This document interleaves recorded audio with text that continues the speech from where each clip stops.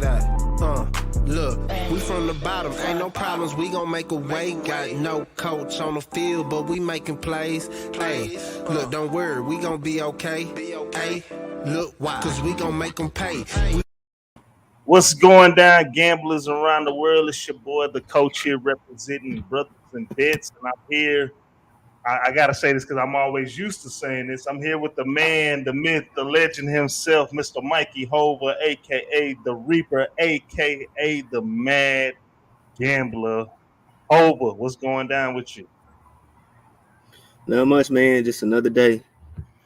Yes, sir. Yes, sir. So, what's up, SBO? He says Miami Heat money line cash shit. Lil James in the house, yo. What's up, guys? I'm feeling like money right now. I know that's right, James. He says he like the Storm. Storm minus 3.5 cash. Atlanta Dream 0.5 point cash. Now he needs the Celtics -2 for a K. I feel that. And then he says, Hova, how y'all doing? We doing good, man. We actually about to talk about that because I just made a little bit of bread off that WNBA game today, and I made big money off of it yesterday, taking the Aces first half. Shout out to that boy Tease. He kind of gave me that alley up, but then confirming it with my man right here, he kind of solidified my pick, and we was able to get up there.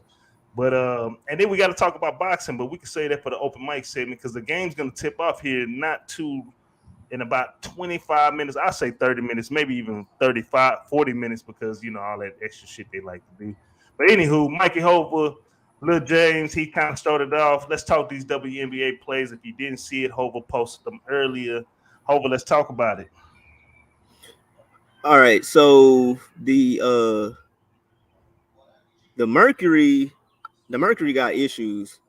I took them -1.5, and the Mercury was blown out by like 28 against the Dream. Diana Taurasi had 2 points. Skylar Diggins had like 6 points or something like that, and Tina Charles, the WNBA's leading scorer last year, had like 8 points. So I don't know, whatever they got going on over there, it's not working. I just added that team to my do not fuck with list. All right, so they ended up losing by 28. The Storm, I had them -7, and they covered. They won by 31 against the Liberty. So put that one in the bag. And last I checked at halftime, the Sparks were up by double digits against the Minnesota Lynx. But said, of course, Griner locked up. Well, she's locked up, but they added Tina Charles, so that's the replacement, the person that led the league in scoring last year. So it's more than just her being locked up. You got Skylar Diggins and DT getting into it and shit. Like, right, and it seemed like they ain't been right since that shit went right. down. They haven't been right at all. The Griner thing, that is a part of the problem, but that's not the entire issue. They still should be winning games. So right now, if everything holds up, that'll be 2 out of 3 today. Yesterday I hit the Mystics. They ended up covering. So that was 9.5. I had them plus 9.5. I think they ended up losing. Let me check the score. I think they ended up losing by like 7. So yeah, they played the Connecticut Sun and they lost by 7. So I covered on that.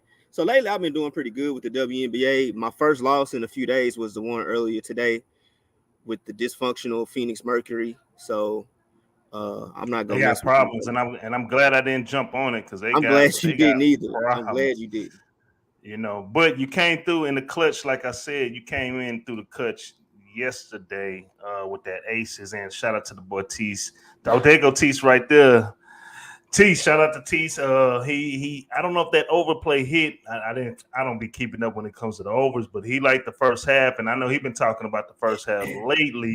For that, and then hollering at you, and you was like, "Yo, they the best team." And I remember last year they was some dogs, but they nutted up in the playoffs like the Suns. You know. Okay, so of course Tina Charles is not Griner. Obviously, they're two different people. We're all different. But as far as production. That's a good replacement. That's a very, very good replacement. So I don't want to hear that excuse. It's not like they had to plug somebody in that wasn't serviceable or use a rookie. That was the leading scorer in the WNBA. So I'm not buying that. No, she's not Griner, and Griner is not her. But she's a decent replacement for Griner. Man, I'm gonna get on his ass. Yeah, so the boy T said he hit the first half over hit, but you also, when I asked about the half play, you said taking first half minus half a point. So yeah, I jumped on that, and he also said spot on. The spot was bad spot for the Mercury, and the Mercury didn't have a true center today. LeJan says I'm with Hova on that one. So right now, since we are on WNBA, they got the second half line for the Lynx -5. The money line for them is -290. I'm trying to make a half play before this game comes on. So we got Tease on the Tease. If you want to jump on real quick, I know it's last second, but I'm about to jump, or anybody who in the mix. There it is right there. I just added the link into the comment section. Anywho, we got the Sparks are up 45-34. They up by 11. How do you feel about the second half play if we was going to make that -5 right now? The -5 for Minnesota. Yeah. Well, the original spread was 1.5 for Minnesota. So, the Sparks are tricky because they've been up and down. They've been very, very inconsistent. Seem like they just starting to get a little bit more chemistry. So it's very, very hard to tell. And the Lynx, of course, still have they're missing some pieces as well. So you're talking about -5. So basically, you said they're up by 11. Let me check. So basically, they need to cover 6. What's going on? And we joined by the man, the myth, the legend himself in that WNBA, Mr. Tease. Parlay Tease was going down. Hey, holla at Tease. Tease, you watching the game? Yeah, I'm watching the game. It's at halftime right now. Holla at Tease about the halftime pick, live betting. So right now it's -5. I'm on the Lynx full game. I took the Sparks first half and the Lynx full game. I think the Lynx, they've shot very poorly in the first half. I mean, terrible. 5 for 20 and just terrible. So, yeah, I like them to hopefully get their act together here. They're retiring Money Moon's number right now during halftime. So hopefully they get a couple extra minutes to get their act together and come out balling. What I was gonna say, how is so Sylvia File? She has 10 points right now. 5. No, that's her. That's the dog right there, huh? Sylvia. Yeah. 5 rebounds and so she's at 10 points right now. Typically, she averages about 20 to 25 a game, huh? Or am I tripping? Well, this Lynx team is a totally new team. You got to think 2 weeks ago they gutted it and brought in all kinds of new people. So, they're still working on their chemistry. They'll get it there, hopefully. But, I would definitely jump on. If you can get a good Lynx, you should be able to get a good Lynx spread. I kind of like them on the money line, but I'm not going to recommend that to anybody. But I think they cover the spread pretty easily. I don't know what the live spread is now, but it's -5. Well, the second half spread is -5 right now. Let me look at the live. Let me try to look and see what they got right now on the live. They need more from Kayla McBride. 7 points in the first half is not going to get it done. I know that's right. So she got to step up. Yeah. So she's there for a reason. So Kayla McBuckets, man, she's been struggling the last couple games. So yeah, she needs to step up. So and right now, with them not having Nafisia, once she comes back, then they'll be a lot bigger up front. I think she just had a child, so she's on the injury list. Yeah, they're definitely missing Collier for real. Like she's a leader on that team, Right. So right now, in a live game, they got the Sparks -6.5, and it looks like the third quarter is about to tip off right now. I don't know. It just kind of changed up. Tease, you watching it, so you can let us know. Close. They haven't even risen, brought the jersey up to the rafters yet. So okay. So for the live game, for the money line right now, they have the Sparks -322. They have the Lynx +239. The spread is at -6.5 plus money for the Sparks right now. The total is sitting at 164.5. And, kind of like what I like to do in women's basketball, these quarter bets for the third quarter, they actually have the Lynx. Now, typically, I know in college basketball it's like this, and I just seen it last game with the Liberty. Typically, the team that is down, and if they're home, typically comes out a little bit on fire in the third quarter. But they have it right now in favor of the Lynx -3.5 plus money. If you think the Sparks going to come out and win it, they got it just straight out for the money line +170 for the money line, and then of course the spread +3.5. So those are the live odds as we speak now for the game. I would definitely recommend taking the points with the Lynx for real. For the full game. Yeah, but it all depends. I mean, you're gonna get less if they come out shooting. That's gonna go down. I don't. They just got so bad in the first half. Right. Better. Towards the end of the half, they started to pick it up, and that's what I expect in the second half. I expect them to play the way they were playing in the last couple minutes of the first half. Right, because McBride, like you guys said, McBride only has 7 points right now, and she only had 4 attempts, out of that, 1 for 4 and 0 for 2 for the field goal. So she gotta turn it up. And they gotta get some play out of Shepherd too. She's sitting on 0. Westbrook is sitting at 0 right now. I mean, the only person that's really been doing something is Files and Powers coming off the bench. She had about 12 minutes. She has 8 points right now. So you can always count on Powers. It's just a matter of Caleb McBuckets getting her points, man. And I think she's gonna come out second half. I think she'll turn it around. Now, this is a revenge game for the LA Sparks, because I remember when the Sparks was at home and we all jumped on the Sparks at the crib, the Lynx came out and popped us. I remember that. So this is kind of a revenge game, and it looks like they do have Cambridge more involved. I know second half of the last game, she kind of disappeared altogether, and they tried to bring it back. I remember Hova was telling me that, because I put a lot of money on that game. It's you say that the Sparks, Mikey and I were talking about this the other day. I don't know what the hell's the problem with him, man. He's like Derek Fisher. Yeah. Watching him, Sparks, they keep wanting them, and they just keep letting me down. I thought he was on the hot seat. Isn't he on the hot seat? Yeah. Go ahead, Mike. Yeah. And then he did, and then so they do just enough. Okay, you're gonna give you some more games, and then come back struggle. But lately they've been a lot better than when they started the year out. So we'll see. I ain't gonna lie. I'm not. So the second half, it's already started. It started quick. They cleared that court off quick. So, the Sparks are already up by 1 in the third quarter. Yeah, they cut it. We'll see. And get the D up, and wow, that 3 hurt. Yeah. Katie Lou just threw it down. They still got them at plus money. I might have to jump on this real quick.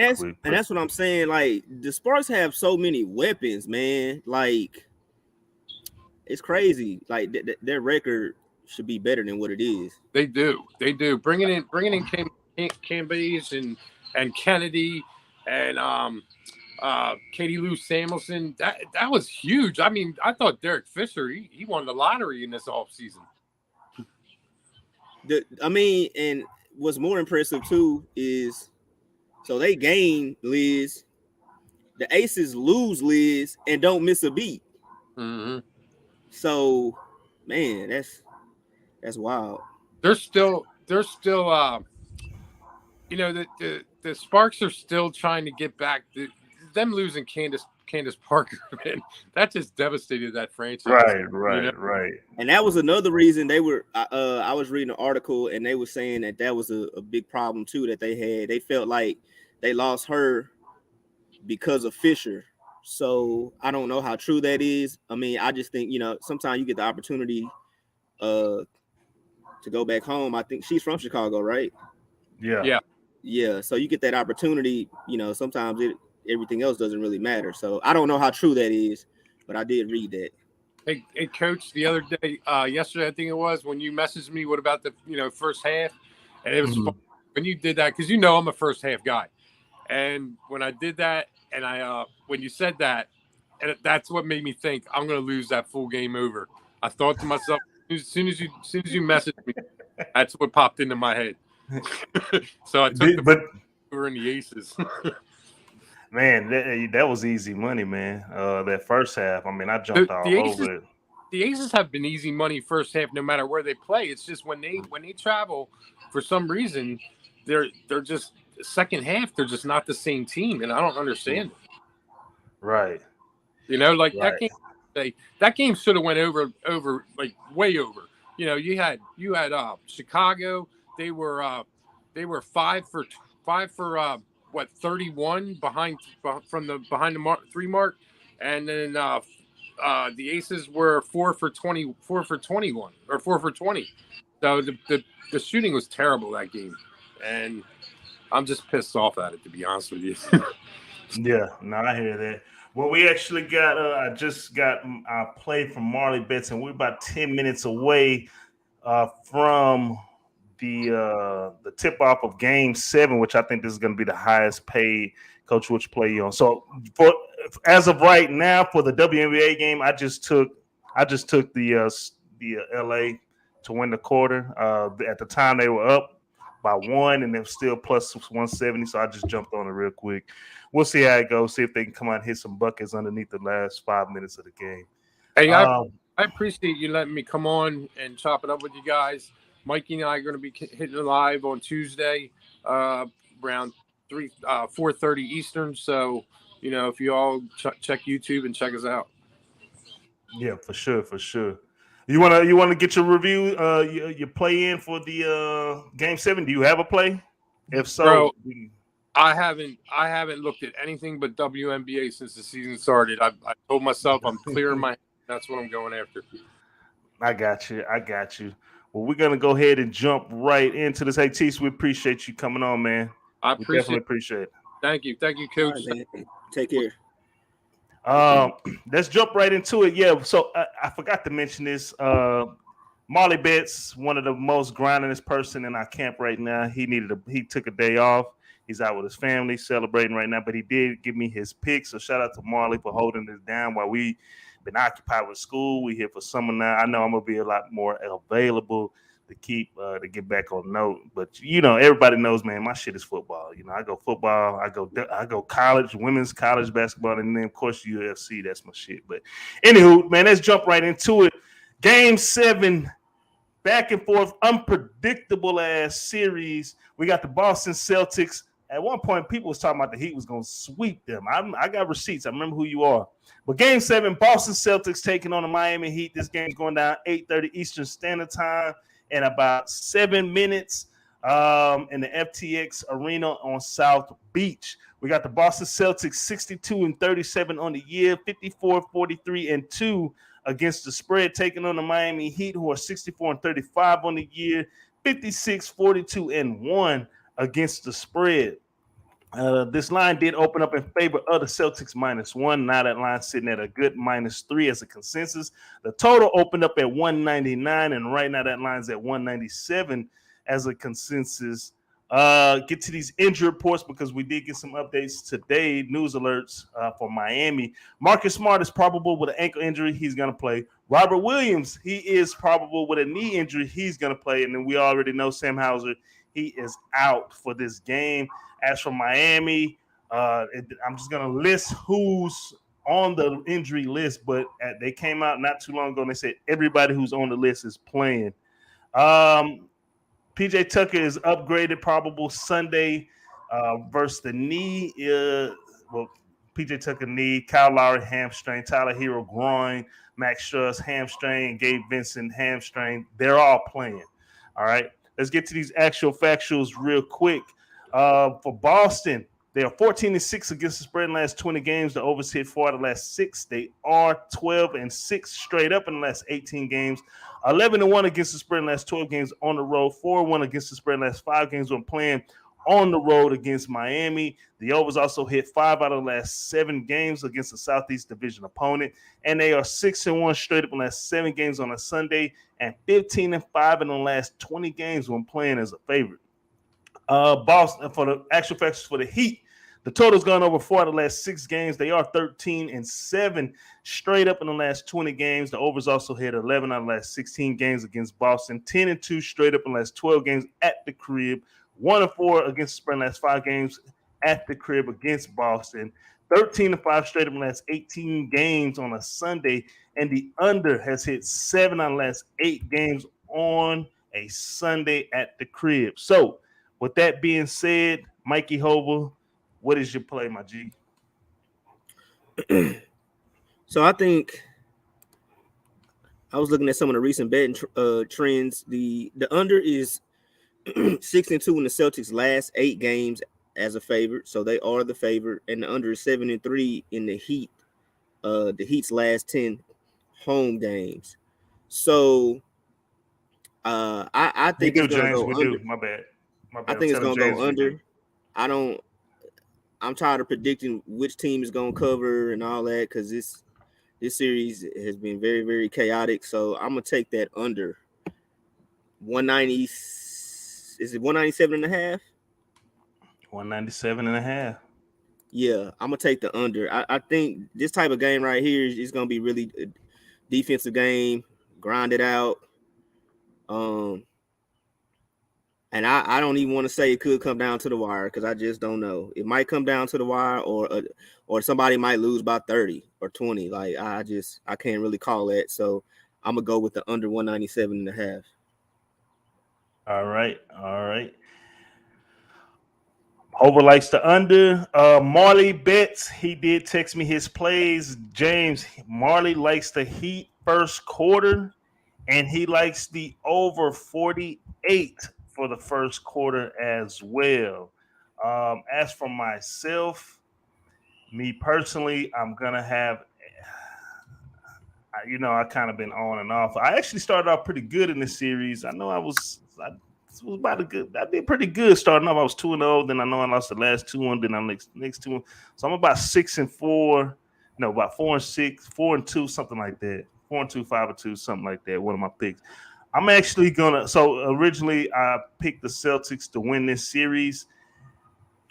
I can't think like a fan right now. I'm not a fan. I don't. My Rockets is my team, but it's just for me. I just find it very, very, very hard for the Heat to lose 2 games in a row playing at their crib. And like my boy Moneyline says, they're going to have to play a near-perfect game going up against Boston. Now, I didn't watch the full game of Game 6, but I caught the fourth quarter, and it was physical, man. I mean, it looked like some straight-up 80s, 90s basketball. Jimmy Butler put on the show, you know what I'm saying? And everybody's comparing it to 10 years ago when LeBron did his thing. There you go right there. There he goes right there.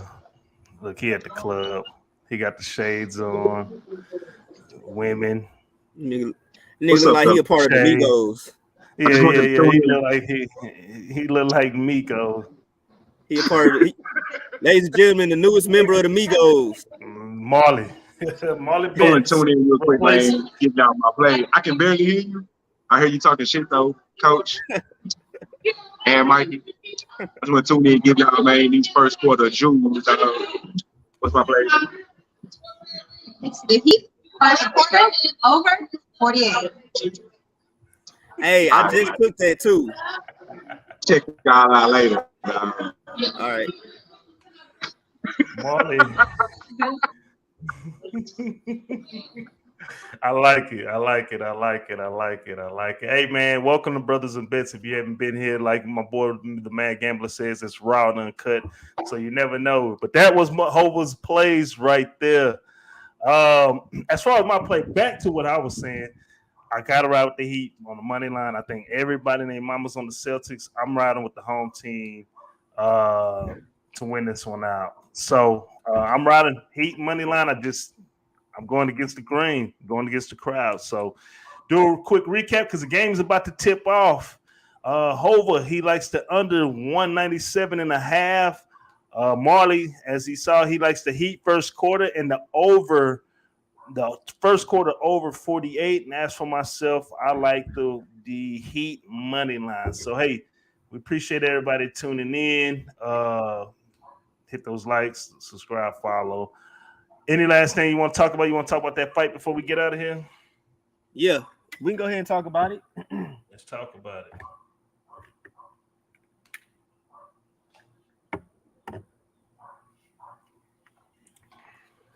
it.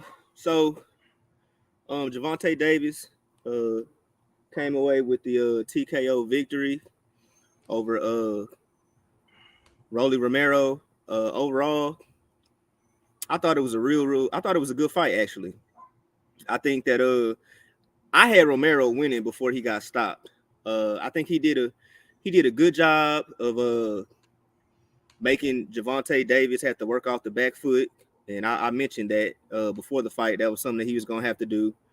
I thought he did more in the exchanges and landed the more powerful shots. But Gervonta Davis just being the good boxer that he is, and just you could tell experience played a big role. Gervonta has been on that type of stage before, and he found a way to win. I felt like he was losing, but that's what true champions do. They find a way to win.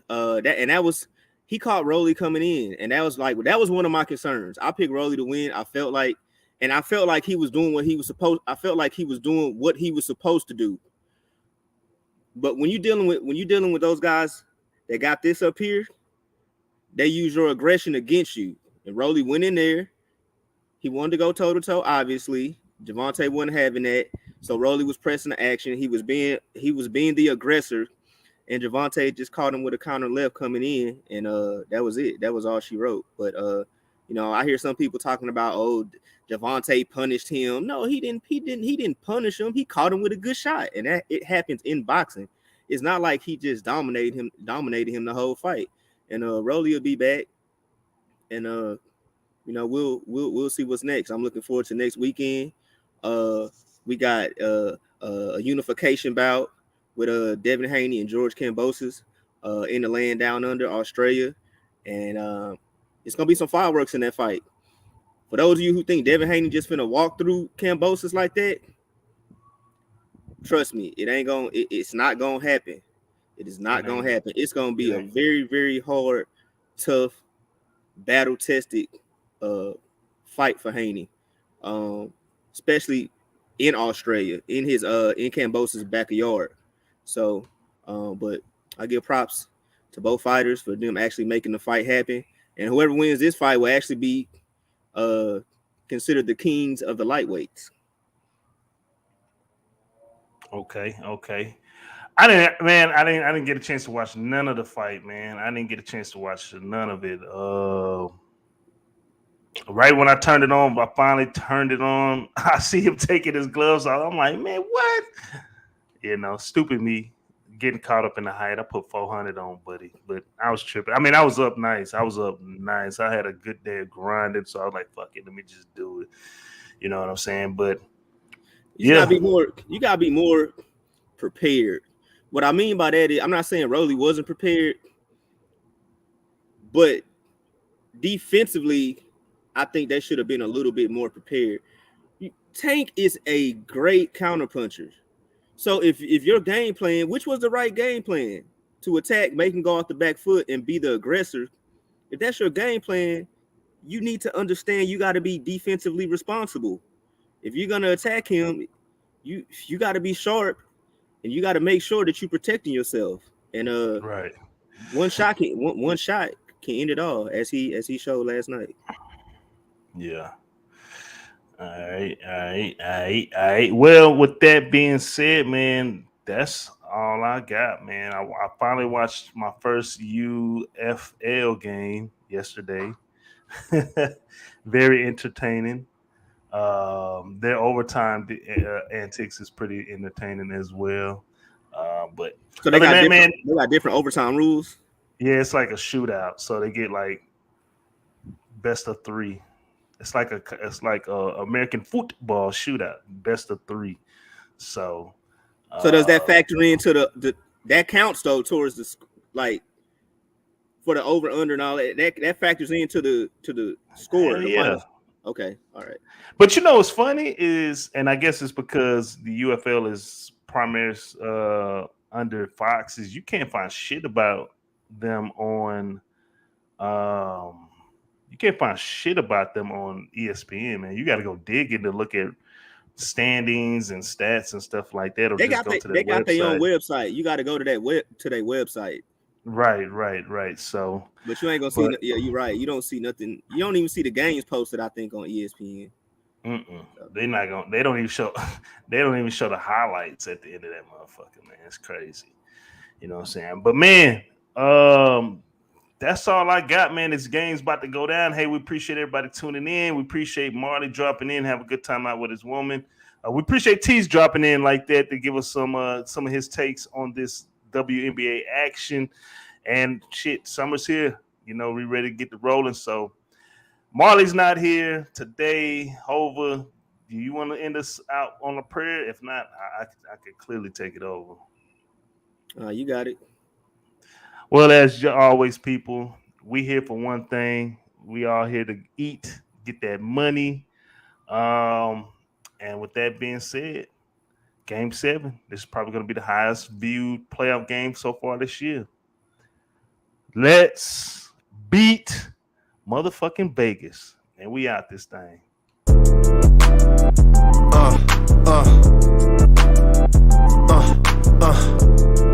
Check it out.